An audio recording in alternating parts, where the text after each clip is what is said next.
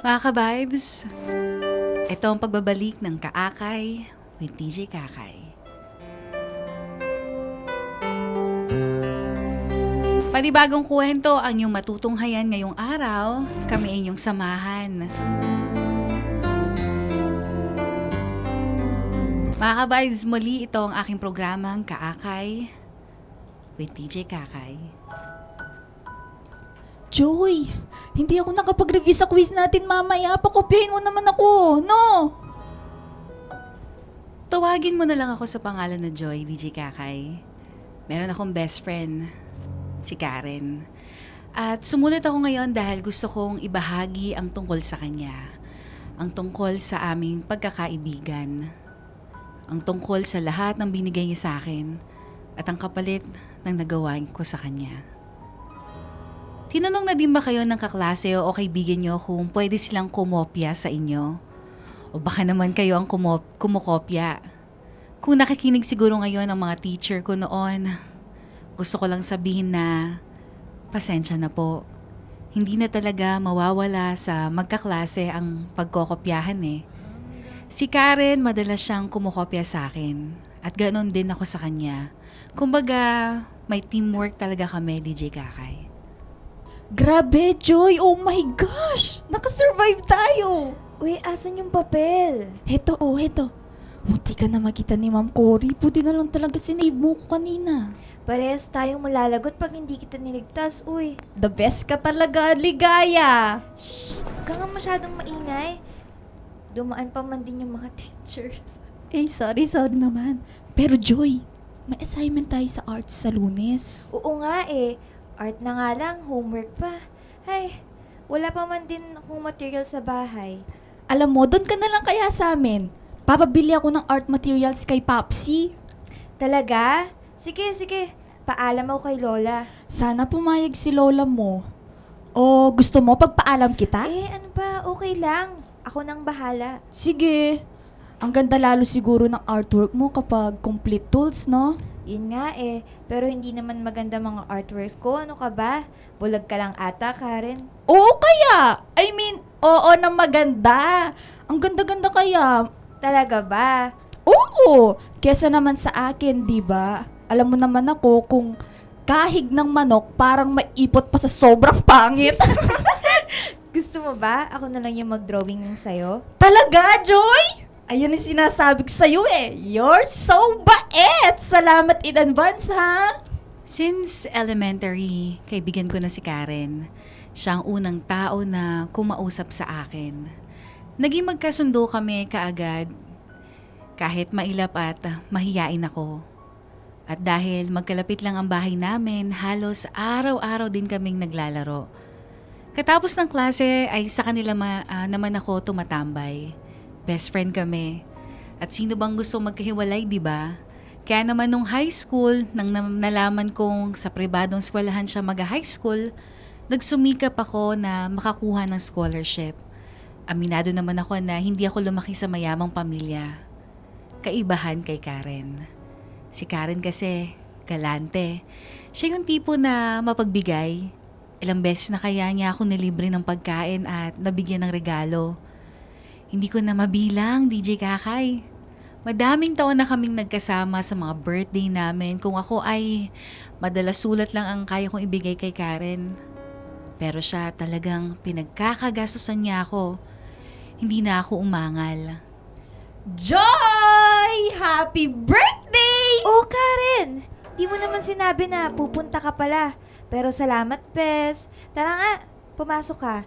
Buti na lang, wala sila Lola. Ay nako, hindi na. Aalis din naman tayo. Total, wala naman sila. At least, hindi ka mahihirapan magpaalam. Ha? Saan naman? Tingnan mo nga yung hitsura ko, Karen. Nakapambahay pa ako, tsaka pawis na pawis kasi naglinis ako ng kwarto. Kulang na lang, i-makeup ko yung alikabok kanina. Okay lang yan. Di maligo ka na. At magbihis para fresh yung birthday girl natin. Saan ba kasi tayo pupunta? Surprise nga, di ba? Asan ang thrill ko sasabihin ko sa'yo, girl? Basta, dali! Okay, fine. Ito na nga, madam, liligo na. Okay, happy birthday, girl! Bilisan mo ha, 5 minutes lang. Grabe ka naman sa 5 minutes. Oh, gift ko sa ito. Pero sige nga, suotin mo na para bongga ngayon ang joy natin. Huy, saan mo naman nakuha yan? Hindi ko nakita na may dala kang bag ah. Duh, syempre surprise! Ayan ka na naman sa surprises mo eh. Open mo na nga, basta damit yan. Suotin mo ngayon ha. Huy, ang ganda! Oh my God! Oh my God! Thank you, Karen. Thank you talaga. Talaga, branded pa yan ha. Kesa dun sa binigay na damit sa'yo ni Danica. Hala ka! Ikaw talaga, hindi magawang makalimot. Last year pa yun ah. Eh bakit ba? Siya kasi eh. Si Karen, may pagkamatampuhin siya, DJ Kakay. Merong insidente noon na hindi niya ako papansinin ng ilang araw dahil may ginawa pala ako na hindi niya gusto. O di naman kaya may nalaman siya na hindi ko nasabi sa kanya. Pero kahit ganon, parang kapatid ko na si Karen. Siya lang nakakaintindi sa akin eh. Kahit noong nag-college na kami at naging busy sa sarili-sarili naming pag-aaral, hindi pa rin ako nakakalimutan ni Karen. At one point nga during college, siya at ang pamilya niya ang umako ng tuition ko para lang makapagtapos ako. Malaki ang pasasalamat ko sa kanila, DJ Kakay. Third year na din noon at talagang nahihirapan na din ako bilang working student. Malaking bagay talaga sa akin si Karen. Ganun ako naging malapit sa kanya at sa pamilya niya. At pinangako ko noon na lahat gagawin ko para kay Karen. Joy! Alam mo, ang busy mo na masyado. Hindi na tayo nakakapag-bonding, BFF ko. Alam mo naman na sinusubukan ko ng dalawa na yung part-time na trabaho ko. Kaya ayan, sobrang busy talaga. Huwag mo naman masyadong pinapagod yung sarili mo, girl. I'm helping with you with your tuition na nga, di ba? Karen, sabi ko, babayaran ko yun sa inyo nila tita. Ayoko naman na magkautang ako sa inyo. Anong utang, Joy? Tulong nga namin sa'yo yan nila mami dahil parang sisters na tayo, di ba? Hindi mo utang yan. Wala kang utang sa amin, ano ba? Pero Karen, nakakahiya. Hindi mo naman dapat gawin to eh. Kaya naman ako nagpa-part-time, di ba? Para makapagbayad ng tuition ko. Medyo mahirap lang talaga ngayon dahil nagkasakit si Lola. Joy, huwag ka naman problema. Kesa naman hindi ka makapag-exam. Or worse, hindi ka makagraduate, di ba? Nahihiya lang kasi ako, Karen. Konti na lang, Joy. Fourth year na tayo, oh. Konti na lang, gagraduate na tayo. Hindi ka dapat mahiya kasi para naman to sa future mo. Tsaka, masaya naman sila mami na natutulungan ka namin. Maraming salamat talaga ha. Next month yan, kailangan ko na naman magbayad ng tuition. Tsaka may kailangan na naman bayaran para makasama ako sa tour. Ay, Sabihin mo na lang ako ha para maisabay ko na at makapagbayad tayong dalawa. ang dami kasing gastos eh. Pero promise Karen, babawi ako. Basta kung kailangan mo ng tulong ko, andito lang din ako. Sobra-sobra na naitulong mo sa akin, Karen eh. Ano ka ba, Joy? We're best friends nga, di ba? Kaya nga tayo magkaibigan para magtulungan. Kaya walang anuman. Wow, rhyme pa yun ha? Madami ka din naitulong sa akin, Joy. Salamat talaga, Karen. Halika nga, payakap! Iyan ba? Grabe naman. Eh paano? Namiss din kita eh. Tagal na kaya natin hindi nakakapagkita. Oo nga no. Gusto mo ba punta tayo sa Palawan next week? Ha? Grabe ka talaga magala. Gusto mo sa Palawan pa? Huwag ka na mag-alala, libre ko naman eh. Talaga? Sige ah. Uy, teka. May tumatawag ata sa phone mo. Phone mo ba yun? Wala, pabayaan mo na yun. Sus, yan yung manliligaw mo no? Yung anak ng may-ari ng hotel? Shh! Ano ba, Joy? Ang ingay mo. Mangungulit lang yang si Apollo, kaya hindi ko sinasagot mga tawag niya eh. Sa kanya ba galing yung branded mo na bag? Yeah, nagtampo kasi ako nung nakaraan sa kanya. Yun, binilhan niya ako. Speaking of, bago din yung bag mo ah. At branded din. Saan mo galing yan? Ah, wala. Okay lang to. Wow! Akala ko galing kay Jasper. Uy, hindi ah. Nagkaroon ng boyfriend si Karen. Fourth year college na kami noong naging sila ni Apollo. Mas matanda sa amin at sa ibang kolehiyo nag-aaral kaya hindi ko pa talaga nakikilala sa personal. Kasabay naman nun ay ang pagkikipag-break ko sa boyfriend ko na si Jasper. Lumipas ang panahon, hindi ko alam kung masaya ba si Karen sa relasyon niya. O hindi naman. Dahil sa tuwing nagkakausap kami, puro rant tungkol kay Apollo ang sinasabi niya. Hindi naman sila nag-aaway pero parang laging naiinis itong si Karen. Para sa akin, ibang-iba si Karen kapag kaharap niya si Apollo. At kapag ako na lang kaharap niya, doon siya nagiging malaya na nagpapakatotoo. Ako naman bilang isang maunawain at malalahanin na kaibigan, syempre gagatungan ko si Karen. Sa kanya ang buong suporta ko. Lagi ko siyang binibigyan ng advice kahit na hindi rin naman ako expert sa pag-ibig. Pero wala ganun talaga.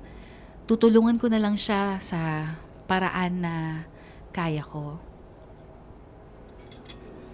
Ay, naku talaga. 1 year pa lang kami pero pinaplano na ni Apollo na mag-live-in na daw kami after graduation. Parang ayoko na tuloy gumraduate. Baliw ka ba? Anong hindi magagraduate? Kinikilabutan kasi ako. Live-in? Kaagad? Parang last year lang nanliligaw pa lang siya sa akin Bakit naman ngayon ganito, di ba? Masyado kang mabilis. Gets kita. Di ba? Pero, bakit hindi sabihin mo dyan kay Apollo na hindi ka pa handa? Sinubukan ko naman. Sinubukan ko, kaso ayoko din naman maging sagabal sa plano niya, di ba? Paano ba naman kasi, bumili na siya ng kondo na malapit sa hospital para daw doon na ako maging nurse, doon na ako magtrabaho? Ay, grabe naman. At malaman-laman ko, BFF, nakabili na rin siya nung isang araw lang. Tapos sinabi niya lang sa akin this past few days. So anong gagawin ko, di ba? E di, tanggihan mo. Tumangge. No way! Di ako pa yung pinagmukha nung masama. Magagalit pa siya. Alam mo, feeling ko naman mag-e-enjoy ka din na makipag-live-in dyan sa boyfriend mo. Siya din naman magbabayad ng mga monthly gastusin nyo, hindi ba? Okay na yan. Kesa naman ako, ang hirap-hirap mag-bed spacer, no? You know what? Okay lang siguro kung ikaw yung housemate or roommate ko Baka mag-enjoy pa ako doon sa newly furnished condo. Ewan ko sa'yo. Pero teka, gawa na din siya? May furniture na? Grabe Oo nga. Sabi ko sa'yo, di ba? Masyadong excited si Apollo. Ay, naku. Pero sabi naman niya na yun na daw yung gift niya sa akin sa graduation ko. Ang bongga talaga ng boyfriend mo, Sana all na lang. Alam mo, girl, deserve mo din ng lalaki na kagaya ni Apollo. Ay nako, wag ka nga. Ano bang plano mo? Makikipag-live-in ka na ba sa kanya? Oh, natahimik ka dyan. Ay, hindi ko na talaga alam, girl. Ayaw mo ba talaga na makasama siya sa iisang bubong? Maiintindihan ka naman siguro ni Apollo kapag pinaliwanag mo sa kanya Alam mo, may ano kasi, may pagkamakitid yung utak niya. Talaga ba? Oo nga. Speaking of, mukhang andyan na siya. Ha? Nagpasundo kasi ako. Parang kakasabi mo lang na makitid yung utak niya. Tapos, nagpasundo ka pala. Shh, ano ba? Nandyan na siya. Huwag ka na maingay dyan. Hi, Bebu! Hello, mahal. Heto nga pala si Joy, best friend ko. Ngayon lang ulit kayo nagkita after so many months, no? Oh, hello, Joy. Kamusta ka na? Okay naman. Medyo sumakit ulo sa dinami ng chinika nitong girlfriend mo. Huy, ano ka ba? Hindi Ikaw talaga, mahal. Nako, huwag kang maniwala dyan kay Joy. Nga pala, Joy, parang ang laki ng pinagbago mo last time kitang nakita. Di ba? Mas lalo siyang gumanda. Alam mo, single na single to si Joy. Baka may gusto kang ipakilala sa kanya, Bebu. Mahirap na. Alam mo na mga kaibigan ko Mga playbot si Raulo. Ano ba kayo? Di ko naman kailangan ng boyfriend Nang makita ko si Joy kasama si Apollo, natuwa naman ako dahil mukhang mahal na mahal niya ito. Kahit na, ayun nga, may mga pagkakataon na nagraran pa rin sa akin si Karen. Normal naman na siguro yun, di ba? Naranasan ko din naman yung basta ako, taga-kinig taga-comfort lang. Kung sa social media post lang ang babasihan natin, maisip ko na perfect couple silang dalawa. Yung couple goals talaga, lalo na't mayaman at kayang ibigay ni Apollo lahat kay Karen. Ngunit sa likod ng post nila sa social media, ako ang nakakakita. Doon ko nasaksihan ang relasyon nila na unti-unting nababalot ng duda. Kaibigan ko si Karen. Alam ko na may mga pagkakamali din siya. Pero naging controlling si Apollo hanggang sa naging sakal na si Karen. Simula noon naging magulo na ang lahat at hindi ko inaasahan na madadamay ako doon.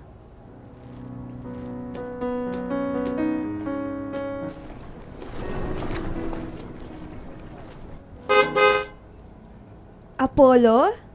Sinabihan ako ni Karen na sunduin kita. Pupunta ka din ba sa bar? Sabay ka na. Ha?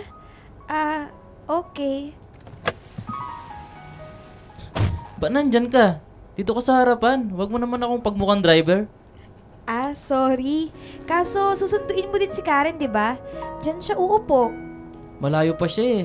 Sabi niya dadiretso na lang siya sa bar. Kasama niya yung mga pinsan niya. Sige. Okay. Hinaan ko ba yung aircon? Mukhang lalamigin ka eh. Okay lang. Hindi naman malakas yung aircon. Sure ka ha? Oo. Salamat Matanong ko lang, Apollo. Pero, okay naman ba kayo ni Karen? Nag-away kami kanina. Pero wag mo nang isipin yun. Magbabati din kami. Kaya nga babawi ako na lang siya kanina. Napadalas pa noon ang pagsama ni Apollo sa amin ni Karen. Nagsisilbi na tuloy ako na third wheel sa kanilang magjowa. Hindi ko alam pero lagi itong sinasama ni Karen kahit na noon ay kami lang naman dalawa ang madalas na umalis at pamasyal. Dahil doon mas nakilala at mas nakasalamuha ko si Apollo. Si Karen naman napadalas ang pagpuri sa akin sa harapan ng boyfriend niya. Hindi ko na lang gaanong pinapansin pa yon, DJ Kakay. Pero sa mga susunod na nangyari, talagang nangamba ako. Doon ko napagtanto na may mali talaga. Ano? Gusto mong pumunta ng Baguio kasama ako at si Apollo? Oo, ngayon na nga lang tayo makakapasyal talaga. Tsaka kasama naman natin si Apollo para naman at least safe tayo, di ba? Karen, busy ako. Hindi ako makakasama. Tsaka, bakit ba kailangan kasama ako? Magiging third wheel lang naman ako niyan sa inyo. Ano ka ba? Anong third wheel? Hindi Ay, pasensya na ha. Pero hindi talaga ako makakasama. Baka pwedeng susunod na lang ako niyan. Ay, ano ba yan? Paminsan na nga lang akong mag-aya. Sorry na, hindi talaga ako pwede eh. Tsaka, kasama mo naman yung boyfriend mo. Hindi ka naman mag-isa dun. Kahit na. Akala ko ba sasamahan mo ko? Basta magbubuk na ako ng place Look, ang ganda dito. Pipili na ako, ang mura pa, tapos 4 packs na. Magaya ka na lang ng iba, Karen. For sure, papayag naman sila. Teka nga, bakit basag yung screen ng laptop mo? Ano nangyari dyan? Uy, Kasi hinagis mo ba yan? hinagis ni Apollo nung nakaraan. Sabi naman niya, bibilhan niya ako ng bago, so okay lang. Ha? Bakit naman niya ihahagis yan? Nag-away na naman ba kayo? Joy, best friend kita, di ba? You promised me na gagawin mo lahat para sa akin. Oo naman, Karen. Pero, ano namang ibig mong sabihin? Hindi ko kasi magawang makipag-break kay Apollo. Kaya kailangan kita. Kailangan kita, Joy. Ha? Ako? Hindi ko maintindihan. Ano ba? Ano sinasabi mo? May anger issues kasi si Apollo. Hindi lang yon, sobrang controlling niya na sa akin kaya hindi ako makalabas kung kailan ko gusto. Napakasama na niya minsan. Nasasakal na ako, Joy. Bakit hindi mo kaya makipaghiwalay sa kanya? Hindi naman pwede yung kung hindi ka na masaya, Karen. Kasi nga ayaw niya. Ayoko na, Joy. Please, tulungan mo ako, Joy. Kakausapin ko si Apollo. Huwag No! ka makal- No, please! Anong gusto mong gawin ko, Karen? Hayaan na lang na nagkakaganyan ka. Kailangan kita para landiin si Apollo. Para makipag-break siya sa akin at matapos na yung relasyon namin, gagawin mo naman yun para sa akin, di ba, Joy? Gusto mong landiin ko ang boyfriend mo? Nahihibang ka ba, Karen? Sino bang makakaisip na ipapagawa sa akin ni Karen ng mga ganitong bagay? Ang utusan ng kaibigan mo na ahasin ang nobyo mo? Si Karen lang. Si Karen lang ang tanging makakaisip nito. At kung parang wala sa katinoan ang desisyon niya, mas wala ata ako sa katinoan dahil pumayag ako sa plano niya, DJ Kakay. Pumayag ako na landiin si Apollo. Dahil alam kong wala pa ito sa mga ginawa at sakripisyo ni Karen para sa akin noon. Kahit na nagtalo pa kami bago niya ako mapapayag, nakatanim na sa isip ko ang utang na loob ko sa kanya. Kaya kung tatanungin niya ako kung handa ko bang gawin lahat para sa best friend ko, ang sagot ko ay oo. Para to sa kanya. Para makaalis na din siya sa isang toxic na relasyon. Ito lang ang naisip kong solusyon ni Karen. Ang ipaahas ang boyfriend niya at malipat dito ang sisi. Para hindi siya nito kahit kailanman gambalain pa. Inisip ko noon na 1 buwan lang siguro ito, mabilis lang. Matatapos na din to at babalik ako kaagad sa normal na buhay ko. Ngunit mas lalong magbabago pala ang mundo ko. Oh, asan ka na? Andito sa supermarket, kagaya ng utos mo. Seryoso ka pa rin ba, Karen? Itutuloy pa rin ba natin to? Tsaka sigurado ka ba na nandito niyan si Apollo? Oo, nandyan lang siya sa mall para mag-grocery. Kaya kunwari, bigla na lang kayo magkikita, okay? Oo na. Come on, Joy. Ginagawa mo to para sa akin, di ba? Alam ko, Karen. Alam ko. Teka nga, ano nga palang suot mo?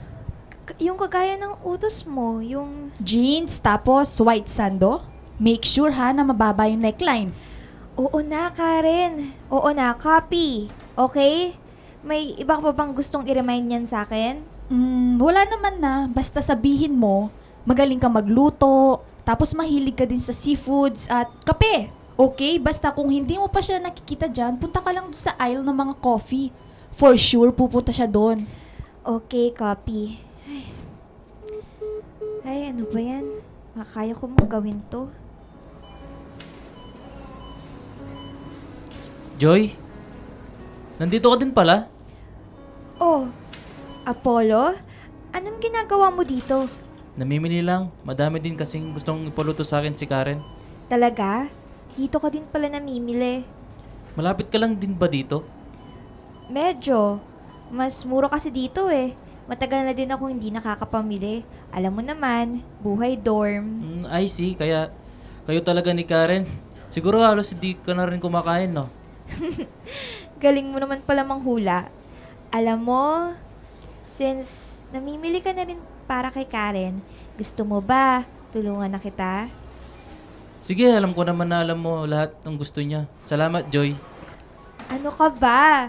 Mamaya ka magpasalamat kapag napuno na tong cart mo. Ikaw ba? Basket lang ba dala mo? Anong bibilin mo? Oo eh. Food ko lang naman kaya konti lang. Lately, nag-crave lang kasi talaga ako sa seafood. Talaga ba?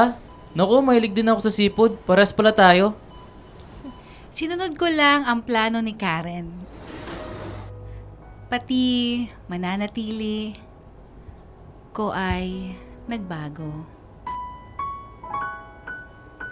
Ang ibig ko sabihin ay pati pananalita ko ay nagbago, DJ Kakay. Mas naging friendly ako ng panahon na iyon kay Apollo. Sobrang bilis ng tibok ng puso ko dahil sa kaba at sa konsensya na din. Hindi ako makapaniwala na magagawa ko ngayon. Hindi ko maiwasang isipin kung anong patutunguhan ng lahat ng to. Hindi ko magawa ang pagtaksilan o magtaksil ng ganito. Pero ang kaibahan, inutusan ako mismo ng nobya ni Apollo. Bilin pa sa akin ni Karen na magkunwari akong walang cash at ayaw gumana ng credit card ko. Dahil doon walang choice si Apollo kundi tulungan ako. Si Apollo ang nagbayad ng mga pinamili ko at nagkaroon ako ng instant na utang na loob sa kanya. Maganda daw yon, sabi ni Karen, para mas mapadalas pa ang pagkikita namin. Nakakadiri kong isipin dahil boyfriend niya ang binubugaw niya sa akin. Pero parang mission ko na to. At wala din akong choice kundi gawin na lang. Baka talagang nakatadhana na ito na mangyari. Mahilig ka din ka din para sa kape? Double shot espresso pa ha? Oo eh. Ito na ata yung bubuhay sa akin. Thank you ulit kanina. Hindi mo naman kailangan bayaran mo. Nakakaya tuloy. Tama lang yung ginawa ko kasi naman mahasel ka pa na mag-withdraw kanina sa bangko. Tsaka magkasama naman tayo eh. Salamat talaga, Apollo, ah. Ang bait mo pala. Ang Grabe. bait-bait mo. Grabe, masama ba tingin mo sa akin noon? Uy, hindi naman. Ano ka ba, Apollo? Hindi ko lang din talaga inaasahan na gagawin mo yun. Magkano din yung pinamili ko, ha? Basta, babawi ako, Apollo. Babayaran kita, okay? Sige, pero walang anuman. Wala naman sa akin yun kanina. Ang bait at ang gentleman mo pala talaga. Uy! Salamat talaga, ha? Baka lumaki niyan ulo ko ha. Hindi na ako magtataka kung bakit ikaw ang nagustuhan ni Karen. Simula noon, mas napadalas pa ang pagkikita namin ni Apollo. Nagsimula na ako magbigay ng motibo sa kanya, DJ Kakay. Hindi ko alam pero paano kung malaman ni Apollo ang lahat? Sabi pa naman ni Karen, iba daw magalit ang lalaking iyon. At kapani-paniwala ba ang arte ko sa kanya? Yung mga pasimple kong paglande at pagbigay ng motibo kahit paminsan sa harapan pa ni Karen. Ewan ko na lang talaga, DJ Kakay. Sa mga panahon na yon, hindi ko din alam kung ano ang pinasok ko. Hindi ko kailanman naisip na mapapunta ako sa sitwasyon na kailangan kong lumandi ng lalaki lang kahit labag sa loob ko. Worst, jowa pa ng best friend ko. At ang mastermind sa likod nito, siya mismo. Dahil sa kadahilanan na gusto niyang makawala sa relasyon nila. Lumipas ang ilang buwan, DJ Kakay, ganun din katagal ang misyon ko na kailangan kong gawin para kay Karen. Nakagraduate na kami noon at dahil HRM ang kurso ko, nagawa kong ipasok ni Apollo sa hotel nila. Sa tulong ni Karen, syempre. Dahil boss ko na siya, nasanay na ako na si Sir Apollo Sir Apollo ang itawag ko sa kanya. Sa totoo lang, sa tuwing kausap ko siya, doon ko nakikita ang ugali o side niya na hindi na ikukwento ni Karen sa akin noon. Gentleman, gwapo, ganun siya, DJ Kakay. Mabait sa mga staff niya at makakabiruan mo talaga. Masaya din siya kausap at kaasaran. Kaya masasabi ko siguro na nagiging successful ang plano ni Karen dahil mukhang may chemistry naman kami. At mukhang kumakagat naman si Apollo. Kalaunan, napansin ko na rin ang mga maiinit at malalagkit naming titig. Pero sa kaba at takot ko, ginusto ko na din ang umatras. Pwede ba kitang makausap, Karen? Ano ba yun? About kay Apollo. Ano ba kasi yun, Joy? Ano, successful na ba yung pag-aakit mo kay Apollo?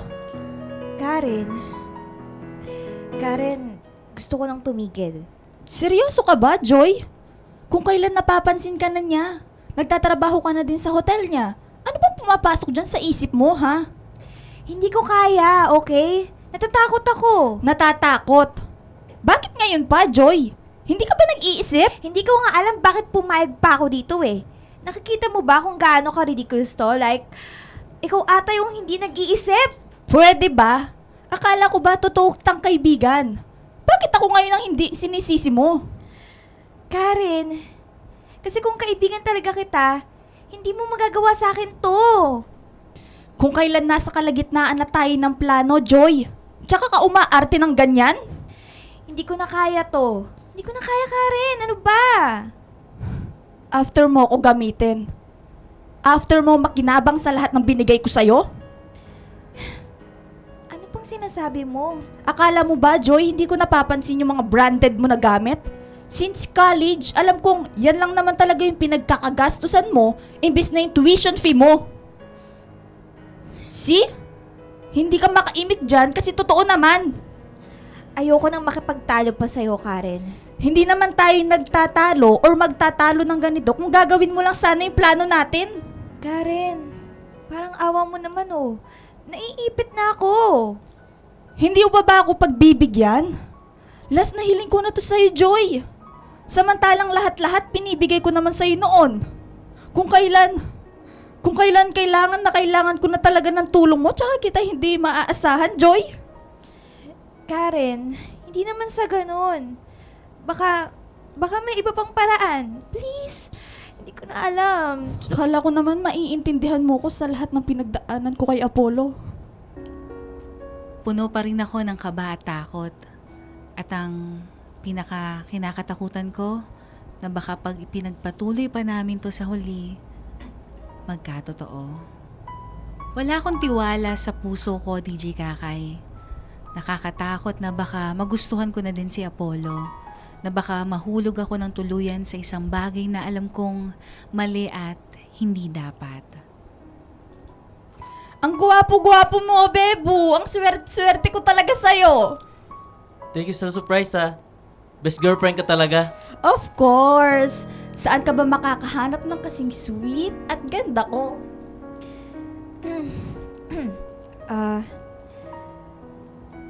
Happy birthday, Sir Apollo. Joy! Joy! Nandito ka pala? Oh my gosh, bestie! Late ka! Akala ko naman di ka na makakapunta. Tsaka grabe ha, ang ganda at ang sexy mo. Grabe, kinabog mo ako, girl. Sorry, late ako. Ito nga pala yung regalo ko ulit, Sir Apollo. Happy birthday po. Thank you, Joy. Na-appreciate ko. Ang ganda ni Joy, no, Bebu? Kaya naman pala late, naghanda ng bongga para sa birthday mo. Ano ba? Nakakahiya. Bakit naman? Ang ganda-ganda mo nga eh. Ay, teka. Ayusin ko pala yung cake at desserts. Saglit lang ha. Wait lang, Joy.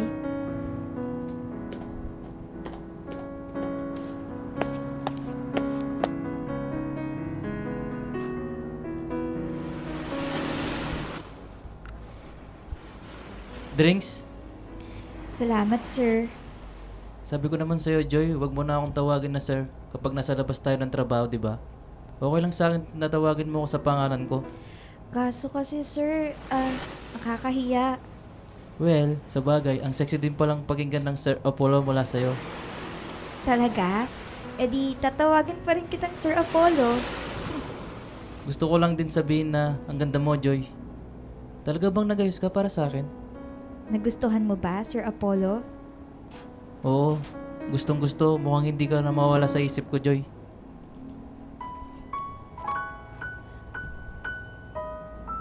Nilapit ni Apollo ang bibig niya sa tenga ko. Sobrang lapit, DJ Kakay. Doon siya bumulong sa akin at patuloy na pinuri ang itsura ko noon. Nasa sulok lang kami ng yate na inarkila nila para sa birthday party ni Apollo. Sobrang lakas ng tibok ng puso ko. Kinakabahan ako. Ngayon malinaw na may nararamdaman na sa akin si Apollo. Naging successful ang mga ginawa ko. Ang pag-aayos ko at pagpapaganda ko kapag nandyan siya. Parang gusto ko ulit mag-back out. Pero nang dahan-dahan na magdampi ang labi namin ni Apollo, parang nawala ako sa sarili ko. Wala na akong ibang naisip kundi siya at ang sarap ng paghalik niya. Dala ng damdamin at kalasingan, hinalikan ko rin siya pabalik, DJ Kakay. Pero nagawa ko pa rin siyang itulak. Nasa katinuan pa ako nang lumayo matapos noon. At nang lumipas ang gabi matapos ang birthday party niya, natutulog na ako sa isang kwarto sa yate nang kumatok si Apollo.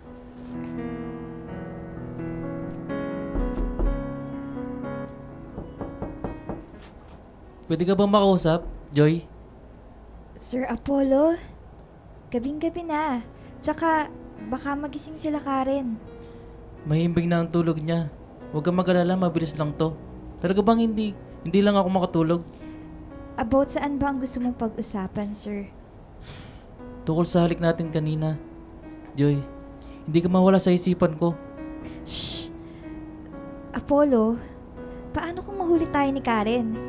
Mabuti pa, umalis ka na. Lasing lang tayo kanina. Teka, Joy. Pero hindi na ako lasing ngayon. At gustong-gustong ulit kitang halikan, Joy. Mabilis ang pangyayari. Sa loob ng maliit na kwarto ng yate na iyon, natagpuan ko na lamang sarili ko na nasa mga bisig ni Apollo, nakahiga sa kama. Mainit na magkadampi ang aming mga katawan habang naglalakbay ang kanyang labi sa liig ko. Dumadaos papunta sa aking dibdib habang hawak-hawak niya ako. Tanging tunog lang ng mainit naming pagsasalo ang naririnig ko sa gitna ng tahimik na gabi. Ang mga halinghing ko ay napatahimik ng angkinin niya ang labi ko. DJ Kakay, para akong natuliro sa mga oras na iyon. Ibang klase ang pinaramdam sa akin ni Apollo. Sa kanya ko lang naramdaman ang ganong pagmamahal kahit na alam kong mali. Pero kahit katiting, wala akong naramdaman na pagsisisi sa puso ko. Ginusto ko yon, DJ Kakay. At doon ko napagtanto na nabihag na din niya ang puso ko. Hindi ko maikakaila. Mahal ko na si Apollo. Walang hiya ka? I trusted you! Paano mo ako nagawang lokohin, Apollo? After a year ganito, ipagpapalit mo ko? Sa best friend ko pa! I'm sorry. Sorry, Karen. Hindi ko to dapat umabot sa ganito. Sorry! Aanhin ko ang sorry mo, Apollo! Kailan pa? Kailan pa kayo naglalandian sa likuran ko? Karen! Traidor ka! Kaibigan kita, Joy! Ang sakit-sakit! Hindi ko kailan naisip na magagawa mo sa akin to. Ang kapal na mukha mo! Ang kapal na mukha mong gaguhin ako! Napakalandi mo! Huwag mong pagsalitaan ng ganyan si Joy. Siya ba talaga ang kinakampihan mo, Apollo? Malinaw na sa akin na si Joy ang pinipili mo. Hindi na ako maghahabol pa kasi parehas kayong taksil! Masasabi ko na best actress noon si Karen. Pero hindi niya rin talaga inaasahan na mahuhuli niya kami sa ganong sitwasyon ni Apollo. Na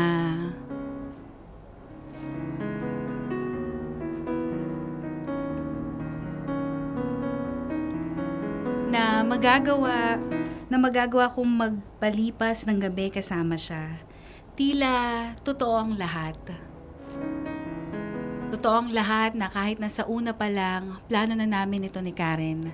At naging successful naman ito. Naghiwalay na din sila kaagad matapos ang nangyari, DJ Kakay. Pinalabas namin na nagkaaway kami ni Karen. Alam kong madami din ang bumabatikos sa akin. Tinawag akong isang ahas at malanding kaibigan na nang agaw ng jowa. Pero matapos ang ilang buwan, nagkaayos din kami ni Karen. Sa harapan ng lahat. Mas tumatag pa ang pagkakaibigan namin. Nagka-boyfriend din siya kaagad, si Justoni. Oo, Justoni ang pangalan niya.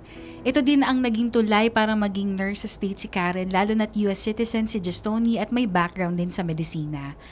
At ako, lumipas ang taon at hanggang ngayon ay boyfriend ko si Apollo. Magka-live-in din kami. Hindi na nagka-problema sa relasyon namin si Karen. Pero never na din silang nag-usap pa ni Apollo. Naibaon na sa nakaraan ng pangyayari. Mahal ko si Apollo, DJ Kakay. Alam kong ganoon din siya sa akin. Pero tila may ikinakabahala pa rin ako. Hanggang ngayon, wala siyang kaalam-alam sa naging plano namin ni Karen noon. Wala siyang kaalam-alam na pinagkaisahan namin siya at sinadya ko na ahasin siya para makapaghiwalay sila. Dapat ko bang ipagtapat to sa kanya? Nakakakonsensya naman kasi. Hanggang sa muli, dito na lang. Ito ako. Ako si Joy at ito ang aking storya.